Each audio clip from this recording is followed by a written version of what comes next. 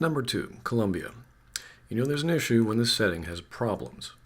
What is the exact size of this thing? I can't wrap my head around the geography or the number of floating pieces or how it was even built so fast or built at all.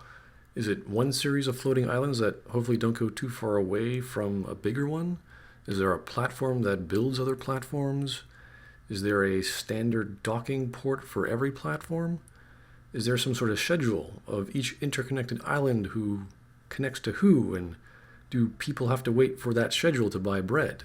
Why are there balloons on buildings? I thought this was controlled by quantum particles. How does hot air or any other physical force cause quantum suspended things to move? I don't know, maybe it does. I have no idea. Is it relevant? I guess not, but it still makes you wonder. In fact, the whole setting feels like an amusement ride of overly colorful and then disgusting imagery. Ironic how if we apply the imagery of hot air, trying to keep this levitating city block afloat, so too like the story. If the purpose of Columbia is to be a mobile fortress, why build a city? Or if Comstock's goal was planetary genocide, why not just make a large series of tears to a lava or water dimension and just bury or drown everyone in them? Why have a city in the sky to facilitate this? What would have been wrong with living on the ground? But apparently, nope, we gotta be in the sky for some reason. Why are Vigors here? There is no reason to have them, and to loosely tie them to Bioshock's plasmids is just silly. They have nothing to do with the themes of racial superiority or prophecy or the multiverse. In fact, I'm not sure the people would want to change their bodies to summon fireballs or birds. Why aren't there people using Vigors like crazy then if there's so many of them lying around? This is only tied into gameplay in one plot point, but completely avoids the setting. They're handing out a Vigor whose only use aside from tricking automatic machines is that it causes you to control the minds of other people, to kill other people, and then force them to commit suicide afterward due to them regaining their sanity and realizing what they did. Well, that's totally insane. Someone is handing out a power for free that grants you the ability to turn people into murdering, suicidal lunatics. Okay, I'll take one. While there are enemies like the Mechanized Patriot and the Fireman, they kind of work with the lore and theme of nationalism. The Handymen and Boys of Silence just don't make any sense. I can guess a motorized automatic turret, and thus a more complicated thing like a steampunk robot could result. After all, there's steampunk horses, but a cybernetic steampunk gorilla. How do these enemies work with any of Columbia's themes or technology? It's kind of out there. And the Boys of Silence were just a bad game design. They were supposed to be blind and only seek out Booker through hearing. But the design team couldn't get the AI to work, so the developers ended up giving them a searchlight, yet still having these gigantic parabolic ears, even though they can't actually hear Booker since you can walk around them. This is somewhat explained as they can use the terror power from Elizabeth that was being drained. And while she's being mind controlled, they're referred to as her children, and they do have the ability to disappear by jumping into a tear. But that doesn't explain their giant listing devices that don't do anything. And really, cheap thrills, just spawning a Boy of Silence behind you, come on, this is pathetic. It breaks every gameplay convention of the enemy the game just introduced. If Columbia wanted to scare us, they could have used the mind-controlling theme in a much more sophisticated way, not with cheap shock. It's also a very poorly set up one. The main theme is alternate realities. Where's the alternate version of enemies in other Columbias? It seems pretty simple. The normal grunt from one reality is different from the other. Instead, we get the Founders and the Vox Populi grunts and Patriots, which didn't even require the multiverse theme. This would have been a good use of showing that maybe in another Columbia they did have this giant steam-powered cyborg for some reason, but instead they're across every Columbia. Now, considering the game went through 5 or 6 iterations of changing content, would have been the perfect excuse, or at least the perfect opportunity, to have different types of enemies. The game would have come out a lot sooner, and you have a lot more things to shoot. Everything would look a little bit more diverse, because that's mostly what you're doing in Bioshock Infinite, shooting a lot of things. Why did we need Lady Comstock's dead hand to open up a biometrically sealed door if her ghostly self ended up breaking it open? Couldn't Booker just blow it up? Couldn't Elizabeth do her walking through walls thing? It's like asking a locksmith to open a locked door for you, so he pulls out a missile launcher. There's enough artillery lying around to blow up a city, but no, we need a semi-dead banshee to explode a biometrically locked metal gated door. And I can't remember, but I hope they realized that bodies decompose after a while, so unless they were going to get a skeleton hand and, I don't know, look for DNA if it can do that. Coincidentally, there was a vacuum sealed body, lucky for them, which gets lost or destroyed or something. Well, I don't know, whatever. They end up going ghost hunting for some reason, and then you have to ask, can a ghost hand open a biometrically sealed door? Elizabeth, why is your mother a ghost? And speaking of Lady Comstock ghosts, how did Lady Comstock become a semi-corporeal banshee necromancer? She's not. He used me to power that device. He opened up some kind of tear. Thematically, it does sort of work with the multiverse concept on how it was explained, of how an experiment with Elizabeth's siphoned powers might cause something weird and creepy like this, but it just feels weird and tacked on and bizarre. Tied in with needing her body part to open a biometrically locked door, and it just ends up being really contrived. She just breaks the door anyway. What was the point of having a Lady Comstock in the story anyway? What was the idea of a fake immaculate conception so important? So Ash has a reason to be angry? What was wrong with using Slate as a relevant mini-boss? And all he wanted to do was give his men honorable deaths, so in one reality he housed himself up in a historical amusement park, waiting around for someone to kill them all, like Booker. Yeah, these are great scenarios. Physics. The impossibility of breathing past 15,000 feet for more than a few minutes, the disorientation of being on a constantly moving platform at that height, low air pressure causing low temperatures of -5 to -20 degrees Celsius as we near the stratosphere, combined with death-defying jumps of flying across an impossibly suspended railing at hundreds of kilometers an hour by one hand that doesn't get ripped off by forces that apparently a large number of the populace uses. Yeah, I'm sorry, artistic license, what the hell are you doing?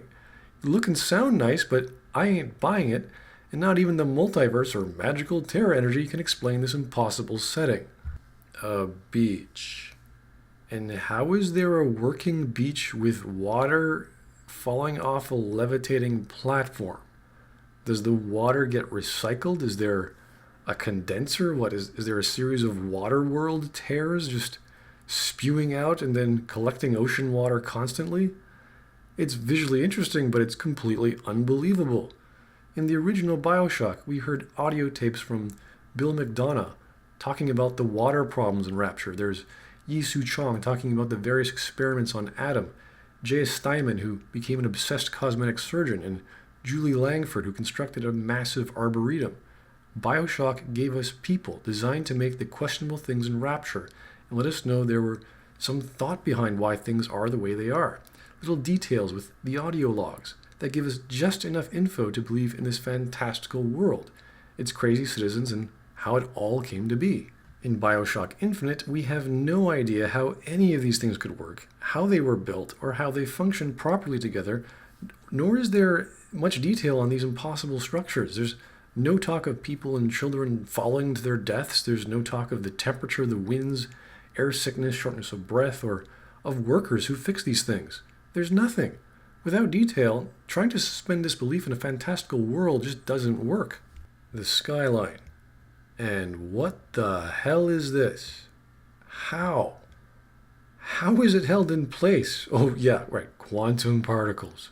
Pillars, balloons. Is the whole thing made of indestructible material that never rusts or wears? Who repairs this? And if they can repair them like they'd have to do so on an airship, why not just use airships? I was originally thought it was used to transport freight, but how can it if it only goes round in circles? And if not, how are various platforms in Columbia able to be independent and modular if these things are attached to everything? Or are they all independent because that would defeat the purpose of using this to get to other places? Why not just use basic train tracks on the ground?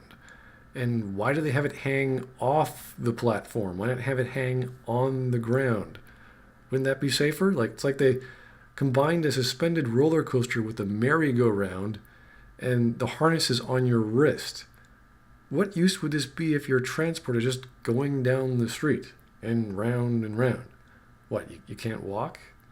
How the hell do people's arms not get ripped out of their sockets when going extremely fast and being thrown around at various angles? And how can Booker reload his gun on this thing? And how does he become Spider-Man? Are the rails and hooks magnetized as well? And why is there a series of conveniently placed hooks?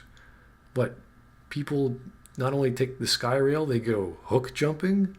So some kind of hard metal was used in all the rails and hooks, and the sky hook is somehow an electromagnet, I guess, whose polarity can be reversed to pull and repel, which is the only force I can think of that could propel Booker from hook to hook.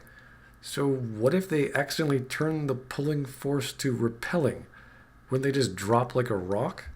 Do you seriously believe that people will take death-defying jumps, dropping potentially 50 or so feet on a thin metal rail or the ground, on the hopes that the power of magnetism is suddenly stronger than the pull of gravity? How did any of these things get built, and where do they find specifically shaped and bent metal that's magnetized for the various twists and turns? These are extremely long structures on a series of independent and interconnected floating platforms that cover several kilometers. The skyline system is more unbelievable than the creation of Columbia itself. It makes no sense. Whoa! Damn hook must be magnetized. And though I mentioned this before, how did Columbia attack New York in 1984? Aren't floating cities and blimps really, really slow-moving targets? Stuff that the American military of the 80s would have no problem blowing out of the sky with hundreds of military solutions? Let's also remember how the world came together and stopped a fascist regime in World War II, then formed the UN, and then made sure such atrocities never occurred. Because when it comes to stopping totalitarian regimes, America is really, really good at that. And if they heard of what was going on in Colombia post-World War II, a perverted form of Americanism where xenophobic racism and theocracy reign, imagine super Nazism in the name of America. The real America would be on nuclear red alert. Their surveillance technology would have gone into full production. Say what you want about America today, but the one thing I'm 100% certain of that they're really good at is blowing stuff up. They're the best country in the world at that. Now, unless there's no mention of World War II, that would be something worth knowing. But attacking New York? This wouldn't even be a Pearl Harbor, because after the Cold War, the Bay of Pigs, the space race, America and Russia, they have got lots and lots of nukes. And if you like fireworks, they are going to put on a show for you in the troposphere you have never seen before in your life.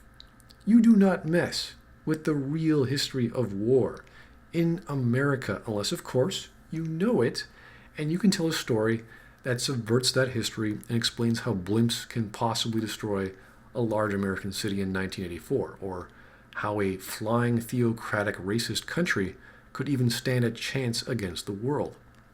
Bioshock Infinite has to show us that Comstock could actually destroy the world, or at least pose a threat in some way, or else his threats of racial superiority and planetary genocide just make him out to be a farcical lunatic. Seriously. Blimps.